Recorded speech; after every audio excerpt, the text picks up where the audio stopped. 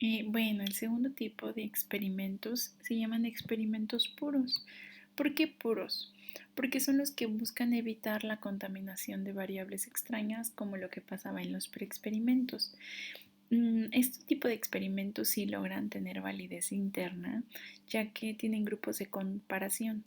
Y lo que yo les comentaba, ¿no? En la anterior, de que a lo mejor los grupos no eran equivalentes, es decir, que no tenemos grupos iguales, ¿no? Como de características similares entre las personas.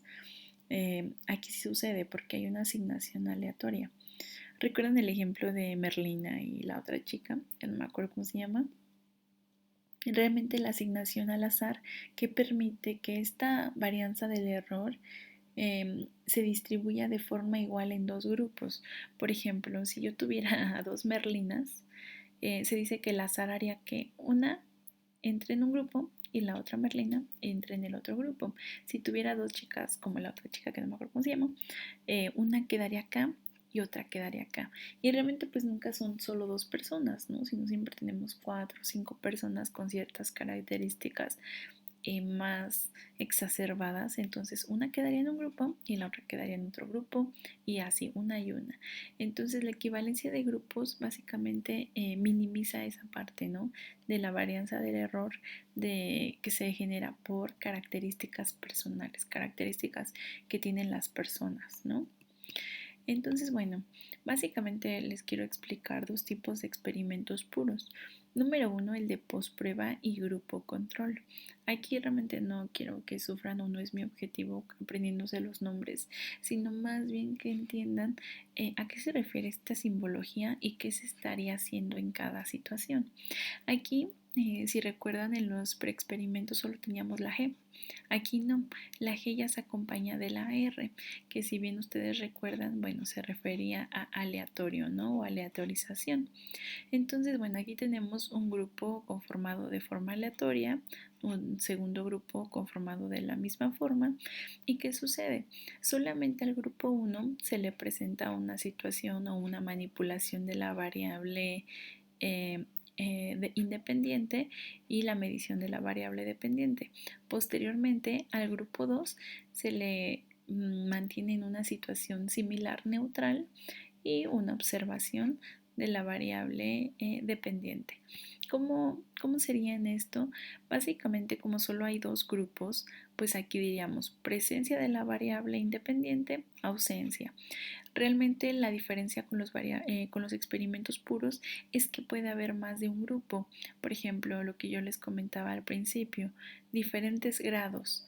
¿Ok? Si viéramos la variable independiente como el ruido, bueno, aquí podríamos tener un grupo uno que hubiera muchísimo ruido, un grupo 2 que hubiera mediano ruido, un grupo 3 donde hubiera muy leve ruido y un grupo 4 donde no hubiera nada de ruido. ¿Ok? Sin embargo, una dificultad que tiene cualquier tipo de experimento, pues son los costos, ¿no? Imagínense tener solamente un grupo, aleatorizar, tener validez interna, etcétera. Ahora hacerlo con tres, cuatro grupos siempre se vuelve muy costoso y muy demandante, ¿no?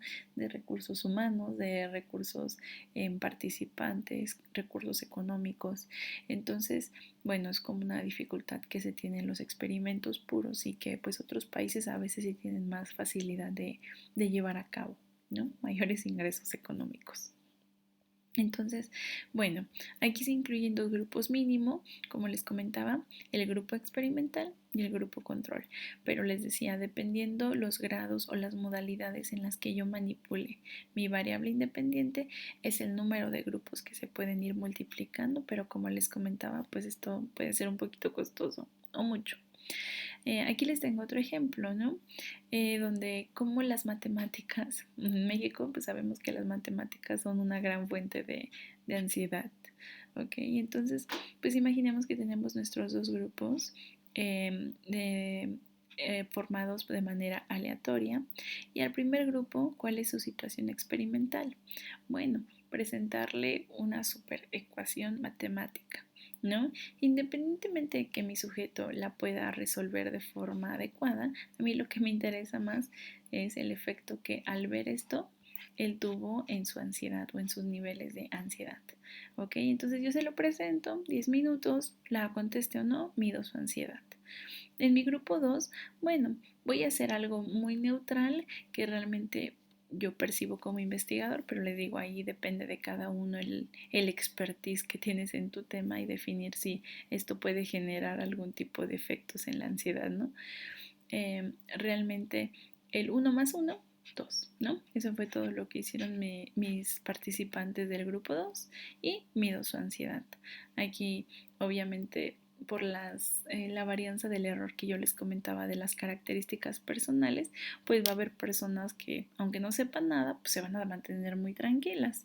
Y esto hay una varianza del error en grupo 1, pero va a haber otra varianza en grupo 2, que va a haber personas que con simplemente ver el 1 más 1, pues mueren de pánico, ¿no? Y ahí vemos cómo gracias a la aleatorización, pues realmente se va dividiendo esta varianza del error. Al final, pues yo mido los dos niveles de ansiedad, los comparo y veo si realmente hay una diferencia. ¿Ok? Otro tipo de experimento puro, que aquí tenemos un error, porque se llama prueba y grupo control. Entonces, de las dificultades que tenemos por esta nueva modalidad. Aquí, ¿qué sucede? Si hay una medición antes y una medición después, realmente, bueno, ya habíamos comentado de las dificultades que esto puede tener. Sin embargo, bueno, solo en uno hay una situación experimental y en el otro hay una situación neutral, ¿ok? Aquí lo que uno puede hacer es comparar realmente este con este y viceversa, ¿ok? Entonces lo único que hacemos es tener referentes de la medición de la ansiedad que tenían mis personas, por lo que yo les comentaba, a lo mejor simplemente el 1 más 1 pues le generó ansiedad a la gente y gracias con este tipo de experimento yo puedo comprobarlo, ¿ok? Entonces, el tercer tipo de experimentos que tenemos son los cuasi experimentos. Básicamente puede ser lo mismo que los experimentos puros, pero aquí no hay una aleatorización. ¿Por qué? Porque a veces se realizan con qué tipo de grupos, con grupos intactos como familias, grupos escolares, es decir, voy a hacer mi experimento pues, con el segundo A, ¿no? O en el 402, etcétera, o diferentes sectores. Bueno, con los de recursos humanos, ¿no? Entonces son experimentos que se realizan, pero ya con grupos que realmente ya están preformados, ¿ok?